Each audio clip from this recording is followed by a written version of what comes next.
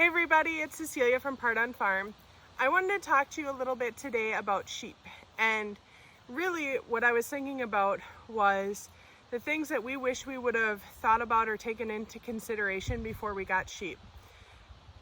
As many of you know, we have St. Croix hair sheep that are grazing in our front yard, actually right behind us, and we put in a lot of research and effort thinking about what kind of sheep we wanted to get and what kind of a herd we wanted to get them from, and we're really intentional about getting them from stewards who raise them in an organic manner and weren't worming them and those kinds of things. So we're very, very happy with our St. Croix sheep.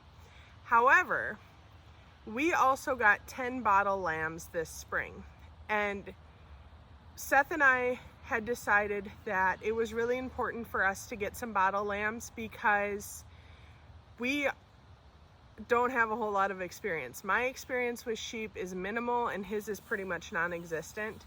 So we wanted to have some lambs before we had ewes and lambs together so that we had some practice dealing with some of the issues that may come about. So it was a intentional thing, but we didn't go about it as intentionally as maybe we should have. So one of the biggest things that you should know or think about before you bring in, and I think this goes for really any sort of livestock on your farm, is we got those 10 bottle lambs from 4 different farms. And that was a mistake because now we weren't set up to quarantine all 4 of them. So we ended up mixing these herds together, which you think, well, who cares? It's just sheep. You can mix sheep together. Well, you can, except for if one of them is sick or has some sort of parasite or something. Now we've introduced 4 farms worth of parasites and viruses and bacteria and issues into our farm.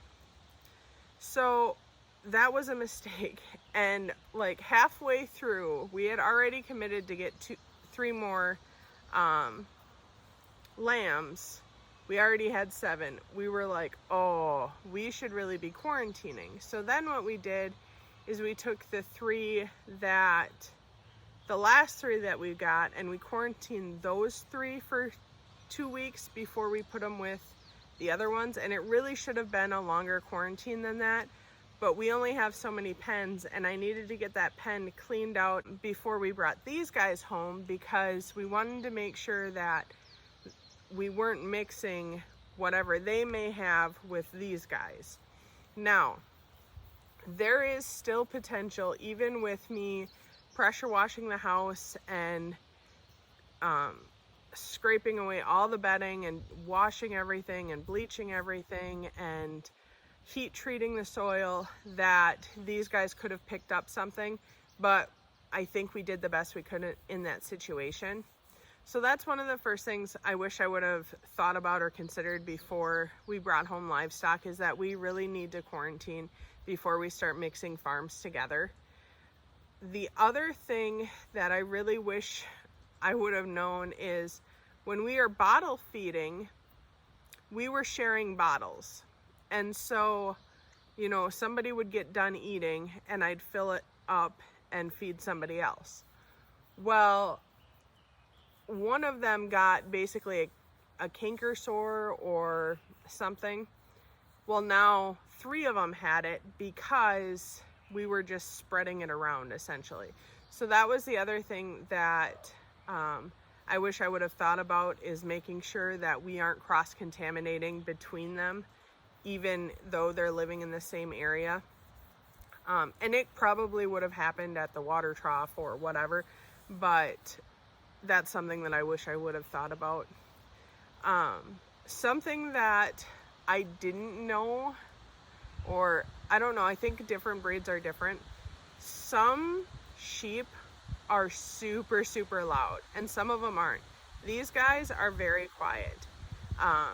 Very rarely make any noise. But I have a couple over there that are super, super loud. I don't mind it so much, but if you were where you had closer neighbors, that could be something to take into consideration that I didn't even give a thought. And so it's something that I wish I would have known prior.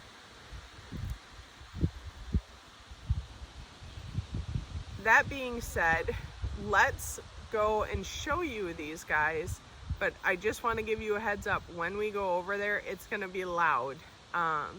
And you'll see sort of the hodgepodge that we have put together of our little flock. We did end up losing one lamb to bloat. I have dealt with bloat in cattle before. I'm familiar with how to properly tube livestock and that kind of stuff. This guy, we got him home. He was being bottle fed. There was no change in diet. We were using the same milk replacer that the lady we got him from was. There was really no environmental reason that I can think of that he bloated, but he did. And when animals bloat, there's not a whole lot you can do other than just kind of wait and watch and see if we get them up and we walk them around and try to get them moving. We feed them baking soda, but as far as there's no quick fix, I guess is the best way to say it. And when he got to the point where he was just laying down and didn't want to get up, didn't want to walk, even if we got him up, he would just lay down again. We decided that it was time to try and tube him. And there's two kinds of bloat in cattle. You can, sometimes in like cows and things, you can tube them and release like the gas bubble that's in their stomach, and it doesn't solve the root cause of the problem, but it relieves some of the symptoms while you're trying to get them through. That was not the kind of bloat that this lamb had. He had what's called a frothy bloat, which is when it's more like foamy. So then you can administer a defoaming agent, and we did do that, but it did not work, and we ended up losing him. And that's a hard thing too. I hate losing animals on the homestead, but I do think that's part of our reality and we should share it with you. I don't want to pretend like everything's always wonderful and hunky-dory here when it's not, or pretend like we don't make mistakes, because we do. And I think it's important to learn from them and share them with you guys, so hopefully, you know, you don't cross-contaminate and get more lambs sick than need to be sick, or those kinds of things. So that being said, let's take a look at our hodgepodge flock of lambs. So it's about to get loud as I walk over here, but I do want to point out we had a really windy night last night, and this tree just about fell on the fence. It is actually on top of the chicken brooder, but it didn't seem to do a whole lot of damage. So here is, they're very loud, our sheep and one goat. So we have sort of a hodgepodge. Really, guys? Every time I talk?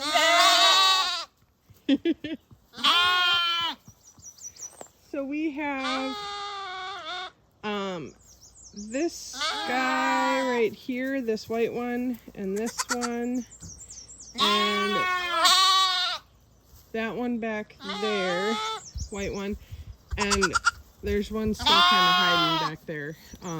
They're all from the same farm, and they are sort of a hodgepodge of polypro and different things. This white one right here in front, she's a Dorset. And then we have, that's a little hair sheep ram.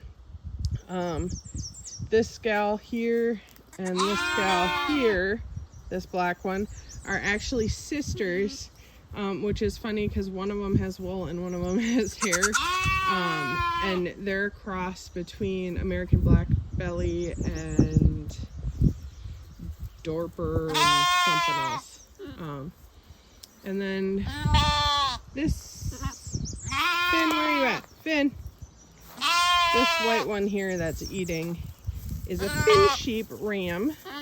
And we actually talked about keeping him because Finn sheep are supposed to have like really good success with multiple births, which would be neat.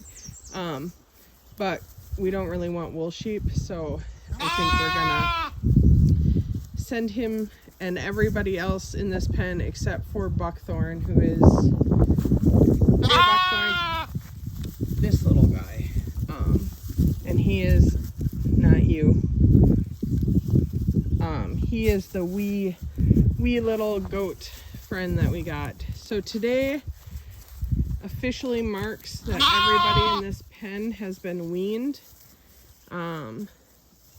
which for me is super, super exciting because bottle feeding everybody was a lot of work.